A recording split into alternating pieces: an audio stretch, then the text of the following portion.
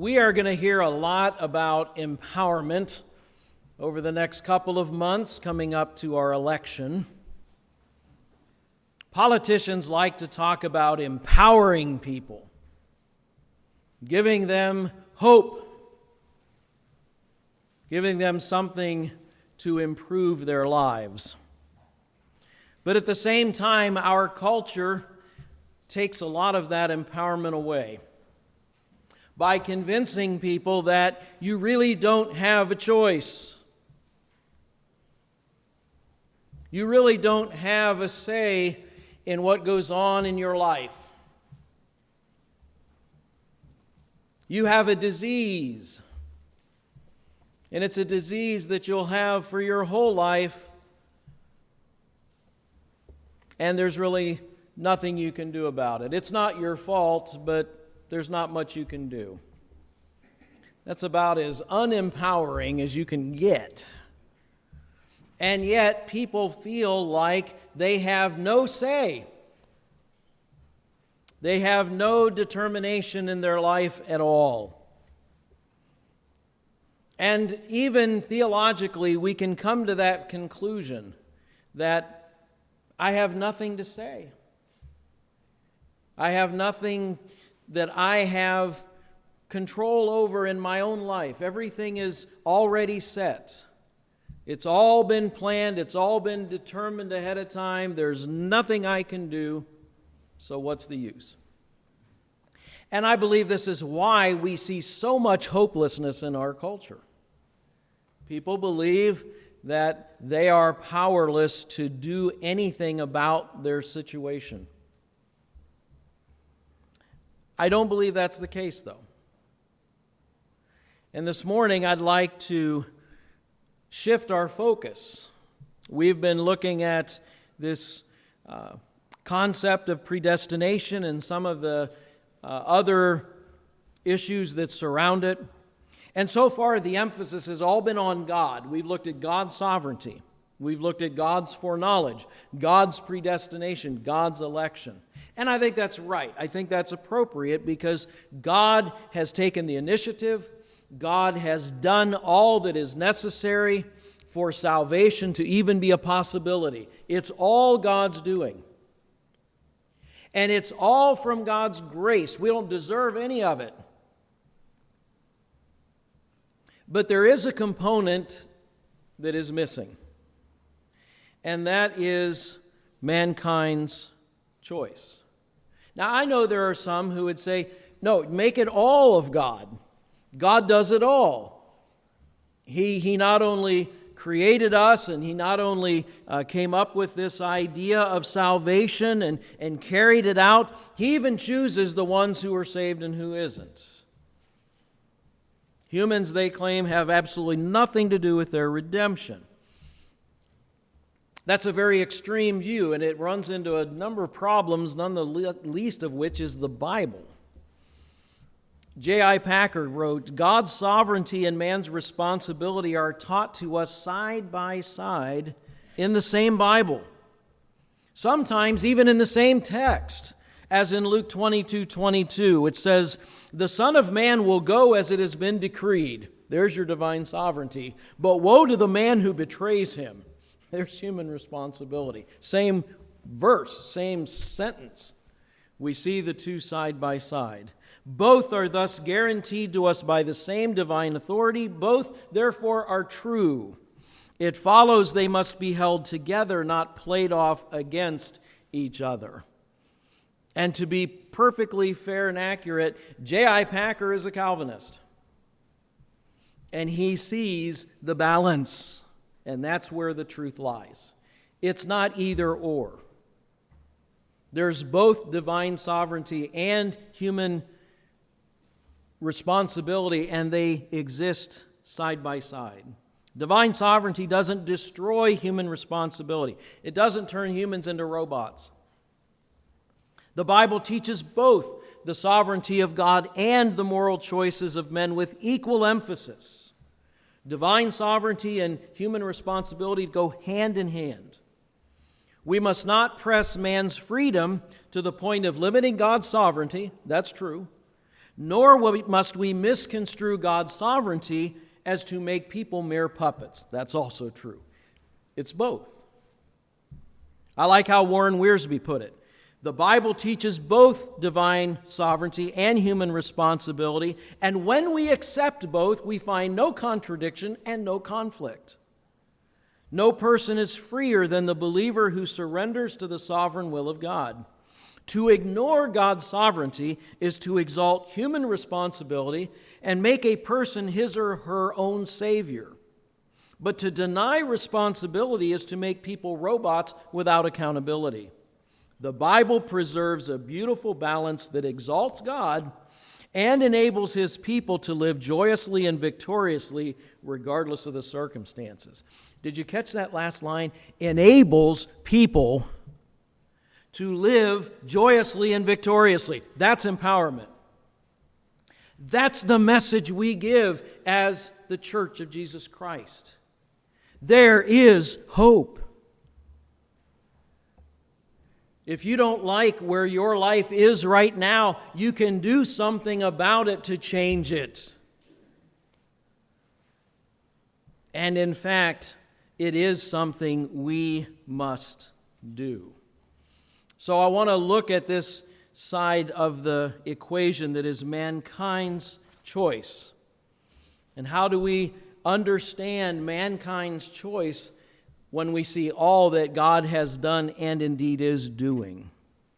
So I want to begin with the capacity of choice. The capacity of choice. The ability we have to make choices. And for that, I'd like to return to the passage Ruth read for us earlier in Genesis chapter 2. Genesis chapter 2. I'm not going to read the whole passage because she did a perfect job reading all those names. I'm going to jump down to verse 15. God has created the first human being. He has put him in the garden. The Lord God took the man and put him in the Garden of Eden to work it and take care of it. And the Lord God commanded the man, "You are free to eat from any tree in the garden, but you must not eat of the tree of the knowledge of good and evil, for when you eat of it, you will surely die." My guess is you've heard those words before. That was probably not the first time you've heard that passage. But did you notice the first three words that God said, which, by the way, are the first recorded words God ever said to the human race? According to this translation, those three words are, "You are free." That's profound. God created human beings to be free. When God created men and women, because this applies to both Adam and Eve and all of their descendants, He did not make them animals. Doesn't mean He made them plants. I know some people are referred to as vegetables, but yeah, we're not going to talk about that. We are greater than animals. Animals operate by instinct and reflexes. We have something more. We are greater than the animals. I know it's very popular in science today that man is just an animal. And there are a lot of similarities, but I believe we are a step above animals. And I believe what gives us that superior position is that God gave us a will. We have the capacity to make choices. God did not make us as mere puppets to be dangled on a string or manipulated by a hand in a glove. He didn't make us computers to be programmed or controlled by an external programmer. He made us persons who could choose the direction of their own lives. We make choices every day. I heard somebody, I don't know who counted them, but somebody said we make like 30-some thousand choices every day. Some of them are very minute. Some of them seem insignificant. But all of them reflect how God made us. We can choose. And I believe that the will, that capacity to choose, along with the mind and the heart, or the intellect and the emotions, is what comprises the human personality. The mind, the heart, and the will. Now, animals have intellect. You could argue some of them are smarter than we are. Animals have emotions. But I'm not so sure that animals have a will where they can even decide against their own instincts. But we do. We can make choices. And in that sense, we are like God. In fact, I believe that's how we are in the image of God. We possess those characteristics which God has. He gave us the capacity of choice. And giving humans that opportunity is necessary within God's plan, because if there are no options, then you have no choice. Ask the people in Russia. Oh yeah, we have elections, but there's one name on the ballot. That's not a choice. You have to have options in order for there to be choice. Without it, we're just puppets on a string. And once God invested the right to choose in Adam and Eve, they became moral beings. And there was always the possibility that they would use that power to choose to go their own way, which in fact we know they did. And ever since then, all of humanity has done the same. But God, having known what they would choose, gave them that power anyway. God knew what a mess human beings would make of His creation, and He gave us the power to choose anyway. I've often thought of having a sermon and saying God is pro-choice, but I'm sure I would get crucified for saying that. He is pro-choice in the sense that He likes us to have choices. Not saying He's pro-choice when it comes to abortion. But God, knowing what we would do with that ability, gave it to us anyway. It's that important to God. In his book, The Knowledge of the Holy, A.W. Tozer writes, God sovereignly decreed that man should be free to exercise moral choice, and man from the beginning has fulfilled that decree by making his choice between good and evil. When he chooses to do evil, he does not thereby countervail the sovereign will of God, but fulfills it, inasmuch as the eternal decree decided not which choice the man would make, but that he would be free to make it. So we don't tie God's hands by the choices we make. We do not impinge at all on God's sovereignty by making choices. We, in fact, fulfill His plan, which included the choices that we make. His sovereignty does not invalidate, it doesn't override our ability to choose. He gives us great latitude because He did not want robots who are pre-programmed to follow a certain path. I have a will. You have a will. We are independent human beings. I don't control you. You don't control me. And I know there are times where people, oh, this person controls me. No, they don't. They don't have that power. They may influence you, and you may choose to allow their influence to determine the choices you make, but you're still in control. Again, it's that myth of our culture that takes away the power and says, oh, someone else controls. No, they don't. We have the power to make choices. That is never taken away from us. Unless we're put in a situation where there are no options, then we are not free. But God doesn't do that.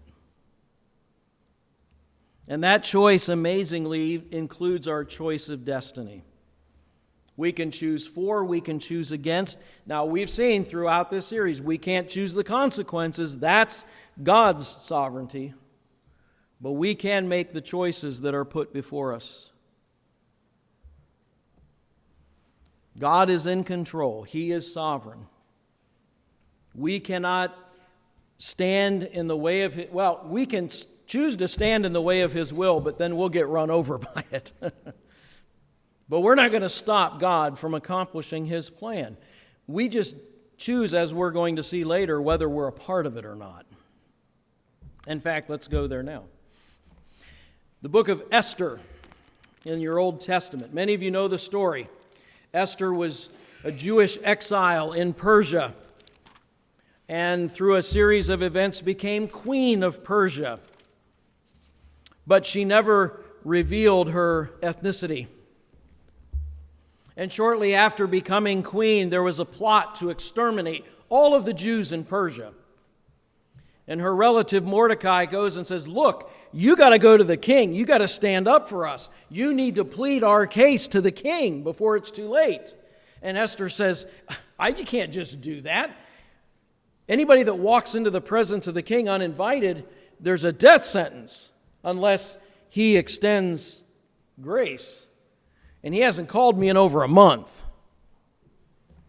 Verse 14 in Esther chapter 4, probably the best known verse in the whole book. Mordecai said, if you remain silent at this time, relief and deliverance for the Jews will arise from another place, but you and your father's family will perish. And who knows, but you have come to such a royal position for such a time as this. It's the end of the verse that everybody knows, right? For such a time as this. I've heard that used countless times. And it's true. But what I want you to see is something a little bit further up in the verse. Notice what Mordecai says and what he doesn't say. Mordecai says, if you remain silent at this time, Esther, if you choose not to get involved, relief and deliverance for the Jews will arise from another place. Mordecai is confident that God is going to come through and save his people. He does not say, Esther, if you don't do this, you're tying God's hands and it won't get done. No way. He'll use somebody else. He has that power. He's sovereign. It's going to get done. But, Esther, if you don't stand up, you may not be part of the plan. And you may lose your life. See, we don't stand in God's way. His will is going to be done. We choose whether or not we're going to be a part of it or if we're going to get run over by it. And that's a choice he gives to us. Now, there are others who might take God's sovereignty to the other extreme and say, God predestined everything, so he's responsible for my sin. He made the choices for me, so it's really not my fault. To which Paul says in Romans 9:19, one of you will say to me, then why does God still blame us who resists his will? For real? Really? You're going to say that to God? It's your fault. You made me this way. No, he made you with the capacity to choose, but you own the choices you make. And you bear the responsibility for it. God is holy. He doesn't tempt us to sin. He doesn't create sin. We choose it for ourselves, and when we choose, then we bear the consequences. But we have the capacity to choose. God created each and every one of us with that ability. Now, we need to understand that ever since Adam and Eve sinned, that ability has been corrupted. So we're going to move on to the corruption of choice. And it is true, Adam and Eve had free will. They did not have any sinful nature inside them. They were not in any way bent towards sin. They were innocent. They are the first and the last human beings, the exception of Jesus Christ, who you could ever call innocent in a truly moral sense. And there are some who would say, because of that inherited sin nature, we no longer have a free will. And I agree to the extent that our will is contaminated by sin. It's not a completely free will, but I don't go so far as to say we don't have any will at all. I won't go so far as to say we don't have the capacity to choose because of our sin nature, for reasons which I will demonstrate in a moment. It is true, though, that since the fall of mankind, our will has become self-centered. We have a selfish nature, and we're born with it. From the very beginning, we are self-oriented. We think the whole universe revolves around us. Babies do that. It's just part of being human. We have that sin nature within us. And yet, we also still retain the capacity to make choices. God holds us accountable for the decisions we make. He does not compel us against our will. He doesn't coerce us against our will. Proof of that is seen in Luke 13. It's a verse we've actually considered earlier. Luke 13. Jesus is coming up to the city of Jerusalem. And in verse 34, Luke, not John. Wondered why that didn't look right. Luke 13, verse 34. O Jerusalem, Jerusalem, you who kill the prophets and stone those sent to you, how often I have longed to gather your children together as a hen gathers her chicks under her wings, but you were not willing. In the original language, that says, I willed to do it, but your will was against my will, and I would not do what I willed because of the perversity of your will. God has a will, but He recognizes that we have a will too, and God is not going to force us against our will to receive Him. He's just not going to do it. Now, that corruption of our will is something that plagues us even as Christians. Paul gives a testimony in Romans chapter 7 that I think we can all relate to. Romans chapter 7, beginning in verse 15. I'm not going to read the whole passage, but you'll get the gist of it. I do not understand what I do. For what I want to do, I do not do, but what I hate, I do. For what I do is not the good I want to do. No, the evil I do not want to do, this I keep on doing. So I find this law at work. When I want to do good, evil is right there with me. For in my inner being I delight in God's law, but I see another law at work in the members of my body, waging war against the law of my mind and making me a prisoner of the law of sin at work within my members. What a wretched man I am. Who will rescue me from this body of death? There's the corruption. And again, can't we all relate to that? You know, can't we all remember a time when we really wanted to do the right thing and there was just like something pulling us the other way? Or temptation is there and we know in our mind, I don't want to do this. I shouldn't do this. This is really going to turn out badly. And we do it anyway. Right?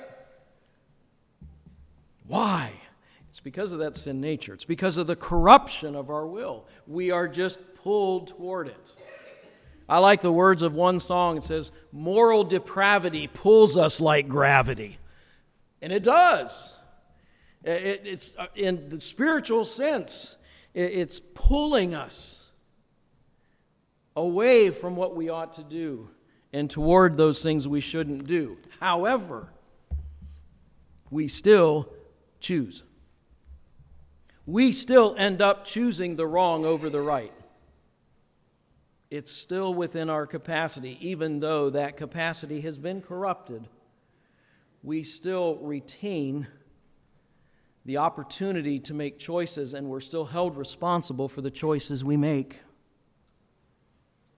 God doesn't force anybody to go to heaven against his or her own will. And rather than violate our personality or force our will or impose his will upon our will, he will give us up to our own willfulness. And we will bear the consequences of our choices.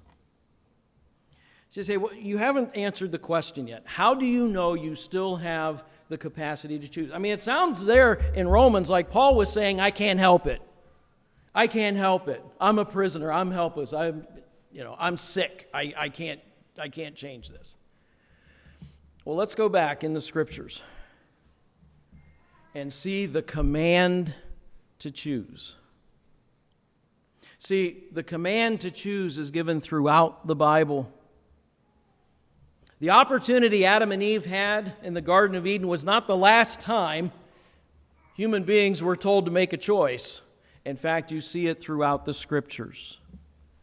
In Deuteronomy chapter 30, we see some of the last words ever spoken by Moses to the people of Israel. Deuteronomy chapter 30, beginning in verse 11. Now, what I am commanding you today is not too difficult for you or beyond your reach. It is not up in heaven so that you have to ask who will ascend to heaven and get it and proclaim it to us so that we may obey it.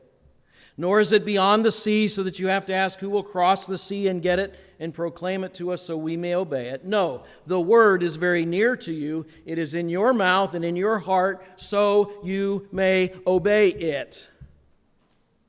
See, I set before you today life and prosperity, death and destruction.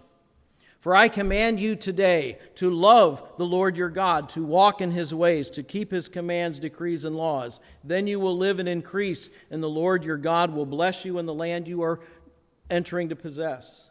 But if your heart turns away and you are not obedient, and if you are drawn away to bow down to other gods and worship them, I declare to you this day you will certainly be destroyed. You will not live long in the land you are crossing the Jordan to enter and possess. This day I call heaven and earth as witnesses against you that I have set before you life and death, blessings and curses. Now choose life, that you and your children may live, and that you may love the Lord your God, listen to his voice, and hold fast to him. For the Lord is your life, and he will give you many years in the land he swore to give to your fathers Abraham, Isaac, and Jacob. Notice verse 11. What I'm commanding you today is not too difficult or beyond your reach. Right there says it. You can do this. You can choose. You can make the choice. And I ask you, did this happen before or after the Garden of Eden? Quite a bit after. Even though they have corrupt wills, they can still choose. And verse 19 is the challenge. Choose life so you and your children can live. God set before them a choice. He made it very clear. Here are your choices. Here are the consequences. Now choose life. And I don't believe God gives commands that we can't fulfill. That's a mind game, and I don't believe God does that to us. If he gives us a command, we have the ability to fulfill it. Choose life. You have a choice. Then in Joshua 24, at the end of his life, he challenges the Israelites. Fear the Lord, serve him with all faithfulness. Throw away the gods your forefathers served. But if serving the Lord seems undesirable, choose for yourselves this day whom you will serve. Every single person in the nation of Israel had to make a choice. Am I going to serve the Lord, or am I going to serve these other gods the people have? And then Joshua ends by saying, as for me and my house, we will serve the Lord. I am making my choice now, you make yours. 1 Kings 18:21, Elijah goes to the people and says, how long will you waver between two opinions? If the Lord is God, follow him. If Baal is God, follow him. What's he saying? Get off the fence. Make up your mind. Choose. It's got to be one or the other. Proverbs 1:29, wisdom says, since they hated knowledge and did not choose to fear the Lord, since they would not accept my advice and spurn my rebuke, they will eat the fruit of their ways and be filled with the fruit of their schemes. What does that say? Not making a choice is a choice. When you do not choose God, you are choosing self. You are choosing the way of the world. You're choosing death and destruction, even if you don't choose. Why? Because we're already corrupt. We must choose.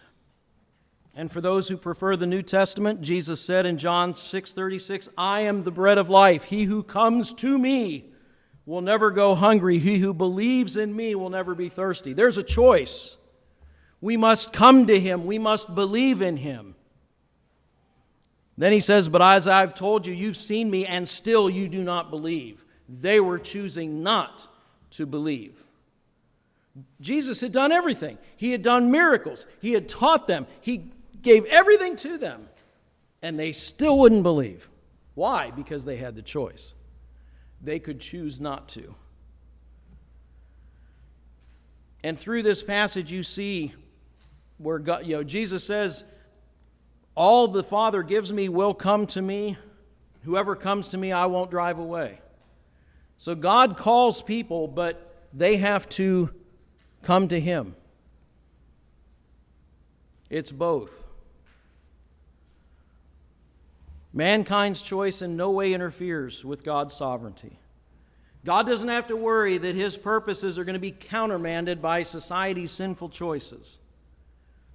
And God will never limit the freedoms that he has given, both believers and unbelievers, in order to preserve his sovereignty. He can cope with it. He can succeed regardless of the choices we make. The church loses power when God's people get out of balance and overemphasize either divine sovereignty or human responsibility. The key is balance. Both are true, but if you take one to the exclusion of the other, it becomes false. And that's really where the truth lies. It's not either or, it's both and. So if today you're worried that maybe you weren't predestined by God, you weren't chosen by God to be saved, and so you have nothing to do with it, let me assure you, you do. God did not take away your ability to choose. In fact, he challenges you. Choose this day whom you will serve. Choose life and live, not death and destruction. The choice is ours. You feel like you're just stuck in a rut and you have no control, you have nothing to say. That's a lie of the devil. He wants you to believe that, but you can choose to change. Even if that choice is simply surrendering to God, that is a choice. And not doing so is also a choice. And I encourage you, if you have not made that decision, do it today. Do not put it off. You don't know how long that opportunity is open to you. Make the choice today. Earlier we sang the song, I Have Decided to Follow Jesus. We only sang the first 3 verses of that. I'd like you to turn again to number 602, or we'll have the words up here, to the 4th verse, which is in the form of a question. Will you decide now to follow Jesus. And I offer that to you because you do have the choice. You can decide to follow Jesus. Nobody else can decide for you. You must decide for yourself, but you can decide because God made you that way. So as we conclude, I'm going to ask you to stand as we sing that last verse. If you haven't decided to follow Jesus, you can do it today, and it will be the most empowering decision you've ever made in your life.